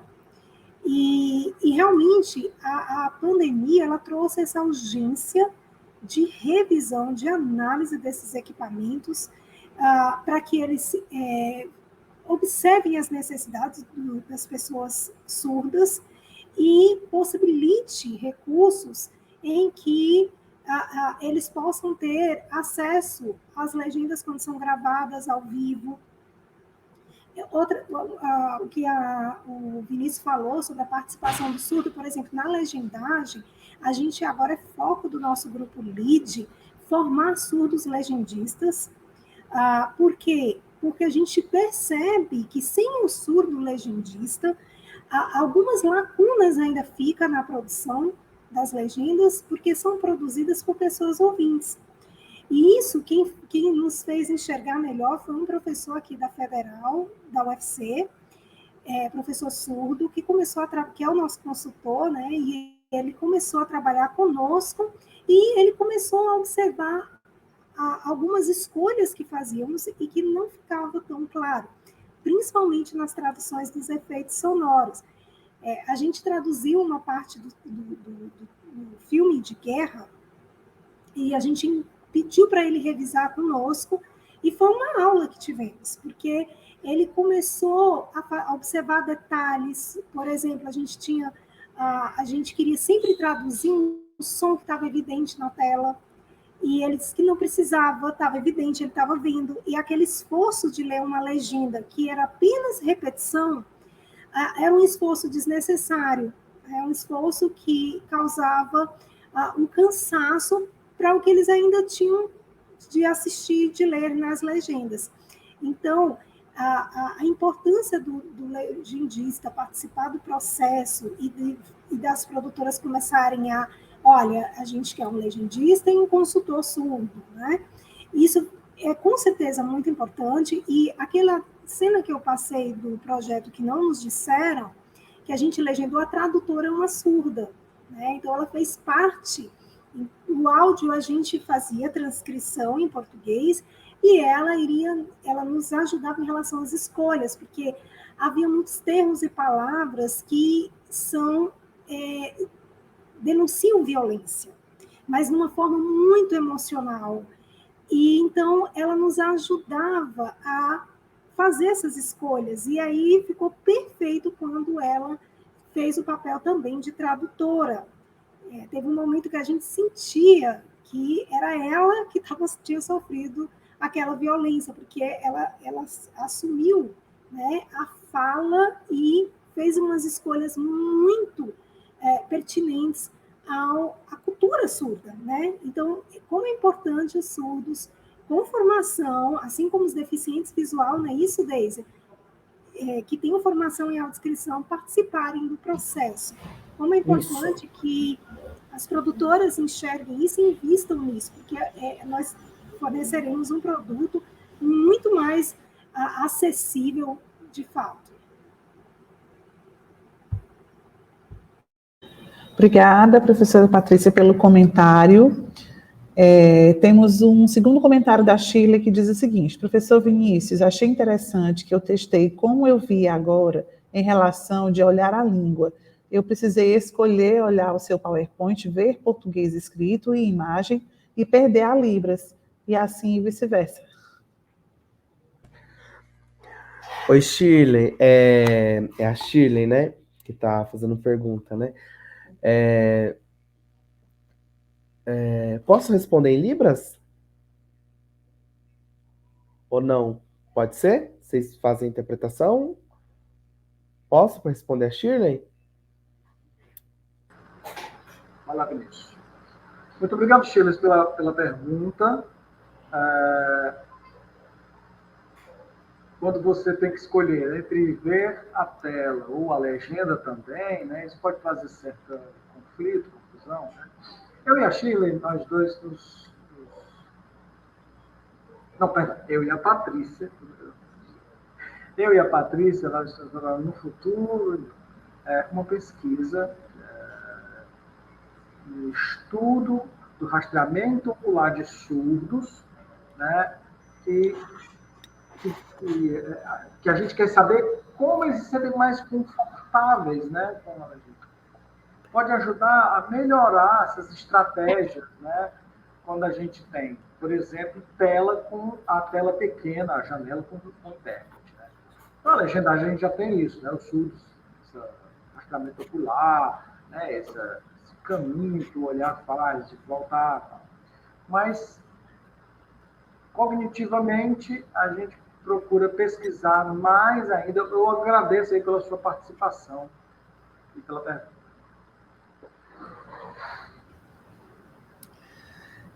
Só complementando, né, porque eu também trabalhei com pesquisa de rastreamento junto com a professora Patrícia, faz muito sentido isso que o Vinícius está falando. A gente precisa realmente continuar essas pesquisas para ter mais feedback do público com o qual a gente trabalha, né? Mais um comentário da Shirley. Alena, Oi, querida. Só fazer uma complementação. E eu e a Patrícia, a gente está desenhando um projeto aí interinstitucional mais para o futuro, para pensar uma pesquisa de rastreamento ocular com janela de Libras, né? Me Então, chama. sim, já está ultra convidada. Acho que isso é uma pesquisa que não tem no Brasil, já tem algumas Não. pesquisas publicadas fora. Na África do Sul, a gente tem algumas pesquisas na Europa também, pouquíssimas, assim, dá para contar nos dedos de uma mão quantos estudos publicados tem, e com surdos brasileiros a gente ainda não tem. Então, é uma das nossas projetos futuros aí para poder pensar, inclusive, essa questão que a Shirley traz aqui para gente. Maravilha, Vinícius, que bom. Projeto Futuro 2023, o Futuro 2023. Sim, sim, porque 22... 22 está acabando, mas 2023 a gente vai acordar pensando na posse do presidente e pensando no projeto, as duas coisas. Estamos juntos, estamos juntos. Terceiro comentário da Shirley. Ideal seria que as línguas de modalidade visual, como LS, LE, escrita, que a língua de sinais ganhasse espaço tanto quanto a língua escrita. Assim não perderíamos muito como estamos perdendo a Libras, ficar em espaço minúsculo e não temos clareza do que se fala, principalmente para acadêmicos com baixa visão. Importantíssimo. Vocês querem comentar alguma coisa sobre o comentário da Shirley? Ela está defendendo que a língua de sinais ganhe tanto espaço quanto a língua escrita, né? E está falando da questão do espaço em que fica o intérprete, que muitas vezes dificulta. Eu posso comentar. Shirley, a gente ainda está analisando até que ponto isso perturba. É esse o nosso projeto observar, certo? Porque às vezes você pensa no que perturba, por exemplo, esse ambiente, o StreamYard, né, que está sendo gravado. Quando a gente coloca o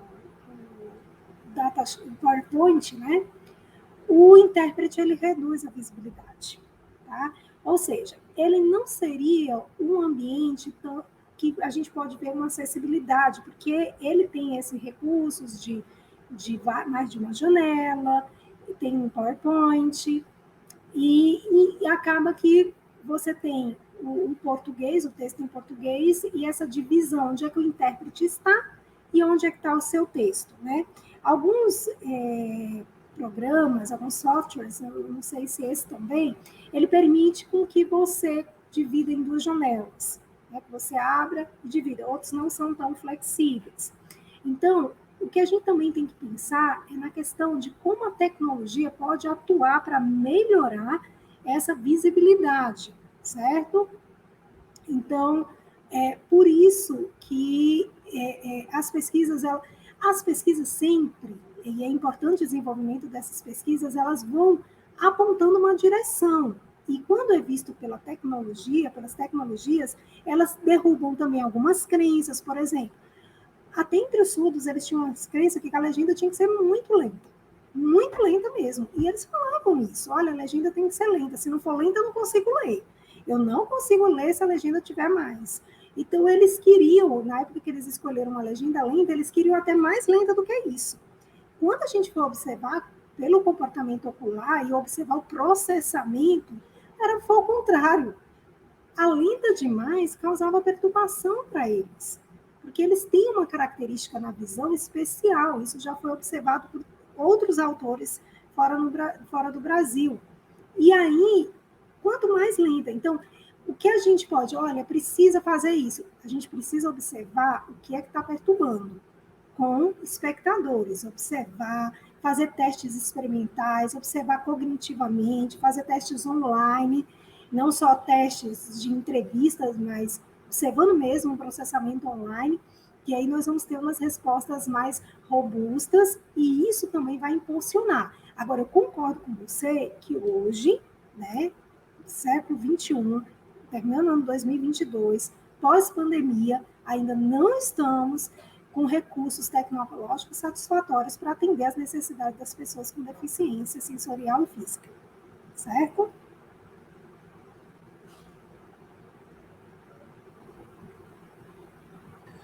Ok, Patrícia, obrigada pelo comentário. Eu quero mais uma vez agradecer aos professores Patrícia, Vinícius e Deise pela mesa muito rica nessa discussão tão importante, né? Em termos gerais, sobre tradução audiovisual acessível, e falamos um pouquinho sobre LSE, sobre janela de Libras, sobre audiodescrição. Então, muita gratidão também aos intérpretes, Graziele e José Nilson.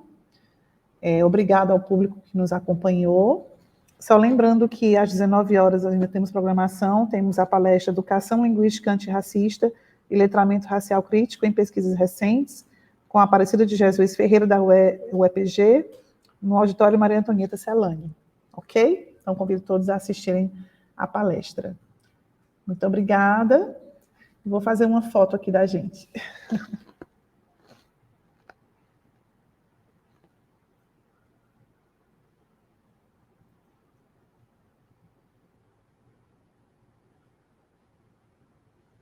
Prontinho.